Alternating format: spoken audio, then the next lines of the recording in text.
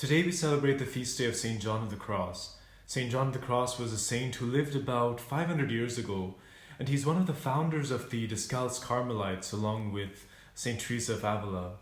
He, because of his desire to reform the order, the Carmelite order, suffered very much. He was once imprisoned by his own community, and he was placed in a small, tiny cell with a tiny little window that only allowed for a little bit of light to enter at a certain point of the day. And during these moments of great darkness, even physical darkness, he wrote some of the most beautiful works on spirituality. He wrote some of the most beautiful works about approaching God and becoming close to God. So much so that he is known today as a doctor of the church because of his beautiful writings on the spiritual life. One of my favorite things that he talks about is the privation of the senses. Favored not because it's easy to do or because, it's so much fun, but because it shows us a great insight into the spiritual life. He talks about specifically the privation of our desires. He says sometimes we love to look at beautiful things. Sometimes we love to surround ourselves with beautiful smells and perfumes. Sometimes we love to eat the most beautiful foods. But he says in many ways, these beautiful things keep us from the most beautiful thing, that is God himself. How could that be possible, we wonder? And it seems very simple, actually. If you think about it, many times when we love beautiful smells, beautiful perfumes or fragrances of all sorts, sometimes it makes us actually be disgusted or repulsed by things that don't smell as good. Suddenly working with the poor, working with those who are, not as fortunate, becomes very difficult for us. In fact, we try to avoid it because we don't like the smell of the poor, for example.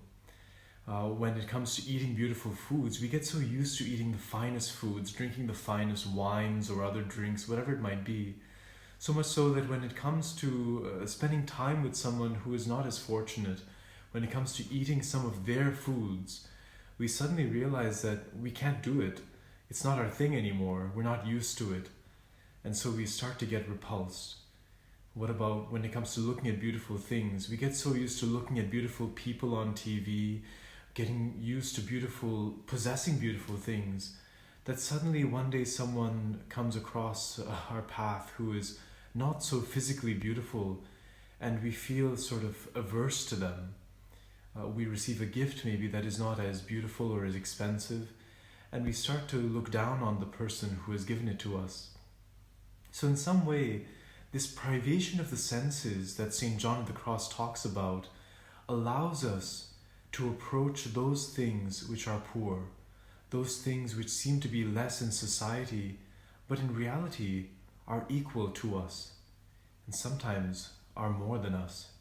Think, for example, in the season of Advent, as we await the coming of a child, a poor child, into a poor family, born in a manger, in a dirty place.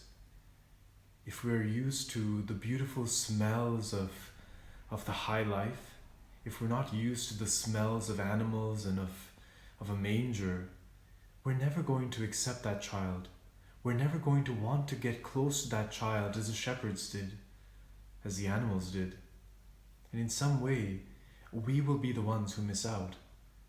So St. John of the Cross, in his beautiful example, his beautiful teaching on what's called the nada doctrine, the nothing doctrine, taking away all the beauties of this world, he shows us the way to accepting Christ in Christmas, to accepting that little child who is born, who is not only a child, but who is God, the God who presents himself in the poor. We thank St. John of the Cross then for his beautiful teachings, and we ask him then to pray for us today so that we might have also the grace to accept nothing of this world, so that we might accept and love the God who is present in the poor. St. John of the Cross, pray for us.